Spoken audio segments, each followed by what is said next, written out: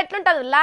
పెరట్లున్న చెట్లకు కాసిన ఒక్క కాయనుంచాయి ఒక్క పిందెనుంచాయి తెంపుడు కరికి పారేసుడు చేస్తూనే ఉంటాయి ఇండ్లలోకి పోయి మొత్తం మీరంగా చేస్తుంటాయి కదా కోతుల బాధతోని కొంతమంది ఊరు వదిలిపెట్టి పోయేటట్టు ఆగం చందనం చేస్తుంటాయి కానీ ఒక్కూళ్ళే ఊరు మొత్తం ఆగం చేస్తున్న కోతులు ఒక్కింటికి అసలుకే పోతలే ఉల్లా చెట్లకు కాసిన కాయలను అసలుకే ముట్టుకుంటలేవట ఆగో అట్లిట్లా కుదురుతుంది అయ్యి అసలుకే కోతులు గింటికి పోవద్దనే రూల్ పాటిస్తాయా అన్ని చెట్లు ఎక్కుతాయో అన్ని కాయలు తెంపుకుంటాయి అని అంటారా